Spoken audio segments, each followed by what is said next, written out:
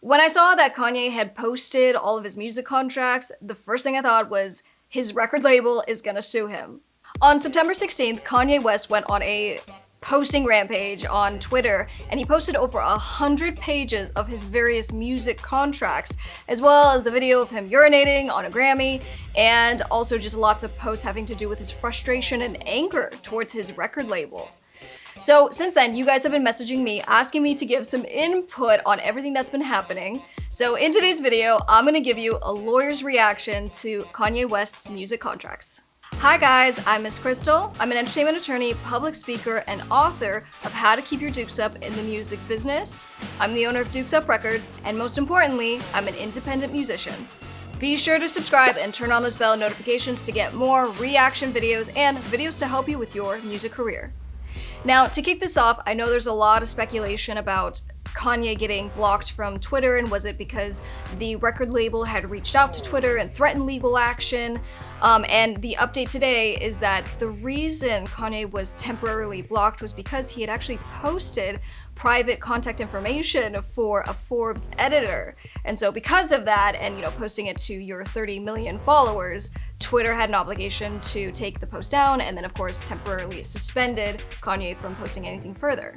As a baseline starting point, what Kanye is upset about is that the record label owns his music. This is kind of the traditional record label deal where you sign up with a record label, they're gonna give you the manpower, the connections, the financing to help you with your music career, and in exchange, you're gonna give up the rights to your music in perpetuity, so meaning forever. Unless, of course, you can work out a deal and purchase your music back at some point. Well, Kanye alleges that he wants to purchase his music and he in fact has the funds. Hey, I'll throw you 200 million, 300 million to purchase the rights back, but the label doesn't have an obligation to sell you your music back. And in this case, Kanye is saying that his label won't. And we've seen other artists that have taken on this fight, as recently as Taylor Swift. Some of you remember the Spotify issue that she had, and she wouldn't put her music on Spotify because she said artists are not getting paid what they should be. And then also, we can even go back to Prince, right? Or Michael Jackson. And so there have been artists that have stood up for artists' rights and just to say it's not right. Fundamentally, it's not right.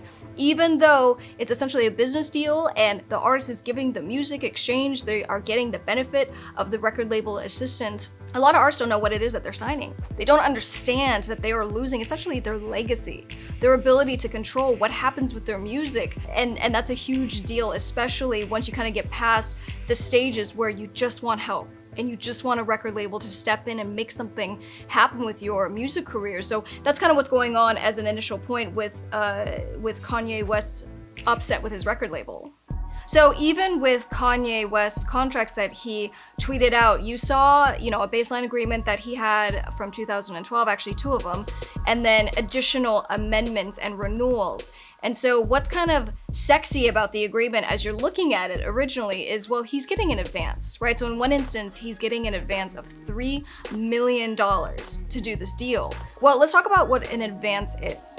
An advance is essentially a glorified loan, right? So the record label is going to advance you a loan of $3 million, of which you have to pay back. Now, you're supposed to pay back through earnings that come from the music, from, let's say, other ancillary things like your merchandising, your touring, your public performance. Well, eventually the label is going to have to recoup. And in most instances, the label, and not most, every instance, the label recoups first. So that means that all the money that's coming in is going to repay that $3 million before any money is split up and paid to anybody else.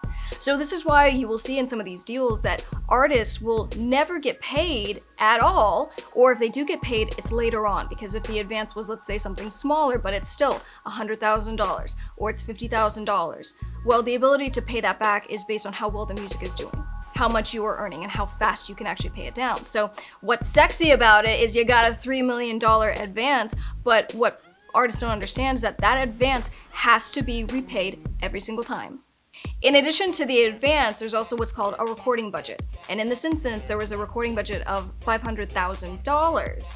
So the recording budget is also treated as a recoupable advance. So the label is going to advance the money to pay to make your album, and even expenses like make your music video, right? Help with your stage design. And so these additional expenses, call it a recording, budget, call it a live performance budget, it is still an advance that has to be repaid and will be repaid before anybody else from initial earnings of the music and anything else that you do in your music career. So now we're 3.5 million in debt to the record label. And another tweet that Kanye put out is that he said they build these contracts and the expenses so that you can never get out of them. You can never repay the label, and so you're essentially free and clear and you can kind of move on. And to his point, labels are notorious for overcharging, for kind of fluffing the books, and it's because there's no transparency. The label is never gonna send you an invoice and say, hey, here's every single thing that we paid for, and here's a receipt to show that that expense actually was incurred. The label is also never gonna go to you and ask for prior approval to pay for something or someone's time. So for example, let's say you wanna make a music video, and in Kanye's West, I'm sure videos are in the millions of dollars to make. Well, the budget that is set aside for that video, the people that they hire, the crew, the food, the per diems, every single expense that's gonna be paid is a decision that's made by the label. It's not Kanye, it's not the artist, and so whatever bill comes with that wonderful music video that the label has paid for, well, that bill still has to be paid back by the artist through their earnings. And so that's what Kanye is talking about with his frustration of there's no transparency, or there's little transparency in most instances. And a lot of the times there is overpayment or overcharging that's happening. And so this is where a lot of the frustration about being able to actually make a meaningful earning as an artist comes into play, because if you are still repaying the label, and now let's say you're in $4 million, $5 million, well, that money has to be recouped before you can start earning. So what is it? In the meantime, you're gonna go get a day job? I'll tell you that actually is the case for most people. Another really important thing in this contract is what's called a royalty rate. Okay, so we talked about the advance, you repay the label, all the advances and the expenses, but when you repay, what's left over is what's called the net revenue, okay? Net revenue is what you're gonna split with the record label. And so you'll see in these contracts that per territory, so it might be in the United States, it might be then in foreign territories, there are different royalty rates. And so it might be something like 14% for one territory, and that's all that Kanye is gonna make, okay? So the record label is gonna take all the remainder, but Kanye gets 14% for certain territories. He might get 16 or 18% for a different territory. And so when Kanye is upset about what small amounts he is making from his music, well, this is industry standard. You know, for a major independent musician, you know, we might be able to get him or her 18% or even closer to 20% in a certain territory, but it just depends on the artist's clout and their negotiation power. But the point is that the artist is only getting a fraction of their music earnings, and well, that can be very frustrating for a lot of musicians. A criticism that I've been kind of hearing is, well, for someone at Kanye's level, shouldn't he know better? Doesn't he have attorneys to explain this to him? And, you know, for someone who's first getting into the industry, especially if you don't have representation, you know, the label might say, hey, I'm gonna refer you out to an attorney that we trust and they're really cool, this and that, but you don't know that there's some kind of conflict of interest, that it's, you know, kind of one of their attorneys that are or is friends with the label owner. And so we even discussed this in a recent reaction video talking about Migos and the dispute that they're having with their label. What happens when there's conflict of interest and, you know, the manager and the attorney and the label owner are all best friends, and now that attorney's representing you and you don't know that essentially they kind of actually have the back of the CEO of the record label. It all kind of plays into his ultimate, you know, I've been tied into these contracts and they keep getting renewed and they keep getting extended. Well, how does that happen?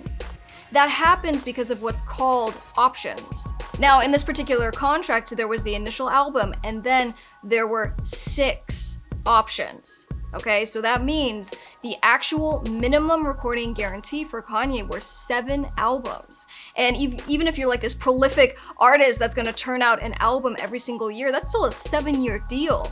But for the average artist, there's gonna be some time in between. So let's say now we're at a decade for one contract that you signed, that you may have signed with no legal counsel, or that you may have signed with the wrong legal counsel, telling you the wrong thing or misadvising you. Well, this is where the conversation about how the music industry is a little warped and takes advantage of a lot of young musicians kind of comes into play, and quite frankly is accurate. This has kind of been my entire platform that I've stood on as someone who has been signed to labels and management deals and has been independent for now many years, because I know what these deals look like.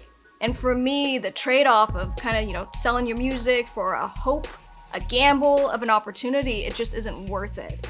And sometimes it does work out, right? You do have the Taylor Swifts of the world. You do have Kanye West, who is an international name and is so incredibly successful, but now he's frustrated because his legacy is in the hands of someone else and he doesn't control his music anymore.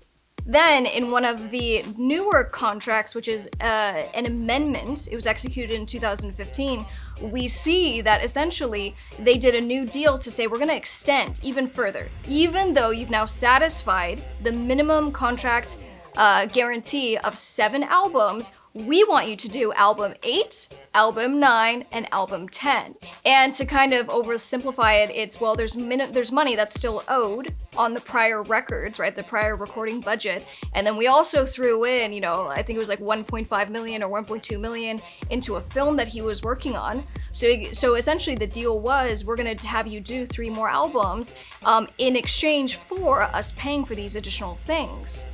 So again, depending on where he kind of was at with his shoe line and some of these other things that he's doing, is he able to make his own money? Well, for whatever reason, he decided to extend in 2015, and so now he has 3 more albums that he's committed to. And with those albums, guess what? Comes a new advance. And so let's say if he's getting that $3 million as the new advance, well, that's another buy-in, a new amount of money, a chunk of change that he owes the label. And so it's kind of this, what can be best described as a vicious cycle if you aren't actually able to pay down that advance in order to, hit 0 to get through the contract. And so really there's no leverage anymore for the label to keep you tied in and to keep renewing and extending in the way that, we see happened with these agreements. So essentially what I'm saying is that it's kind of a plug and play. You're gonna plug into the system and you're gonna get the benefit of that system that's working for you, that's doing the marketing and the publicity, but you're gonna pay a price. And like I said earlier, you're not gonna have that transparency. So that if they're paying their people in-house and they're inflating costs, well, you're not ever gonna know that until, let's say, you sue them and you do an audit, and even then, you're probably hundreds of thousands of dollars of attorney's fees into a lawsuit. So there's a lot that plays against musicians and artists kind of having a fair shake. And even in this case, you have someone who, like I said, is incredibly successful. The machine worked for him. But now you see kind of those negative consequences of what happens when you get into that game. When I saw that Kanye had posted all of his music contracts, the first thing I thought was his record label is gonna sue him. And this is because there's what's called confidentiality provisions in these contracts, which just means that Kanye and the record label, you can't talk about this with anybody else, and you certainly cannot publish it online.